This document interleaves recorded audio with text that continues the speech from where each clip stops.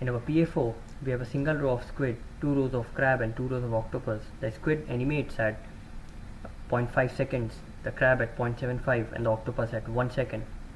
They all animate synchronously with time and movement, as octopus animates with 1 second, and as they hit the with the window, they go down some units on the y-axis.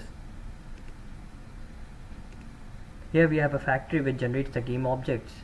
The factory generates the game objects and add them to the game object manager and the sprite batch. We have an animation sprite which has image holders. These are pointers to images which help in animating the sprites through cycling through the images. We have a timer manager in which we add the events. The events are added in a sorted manner using the insertion sort. Here is the insertion sort which adds the events, checking their trigger time and in a sorted manner.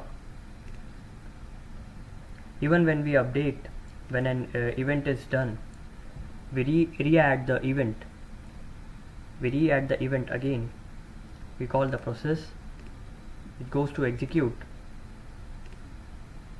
The execute in the animation executes it, then changes it, then moves it to the next image using the image holder, and then add it back to the timer manager, adding to the current time, which itself again calls the sorted insert.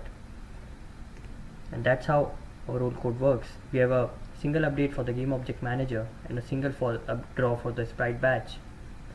We have different octopus, crab and squid classes.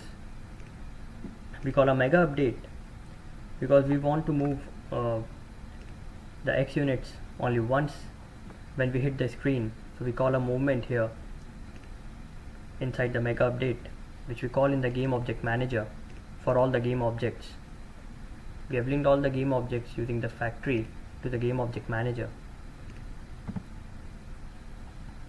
and that's how our code works. Here is the demo of our code. All the sprites animating simultaneously, changing their direction as they hit the screen and moving some units down.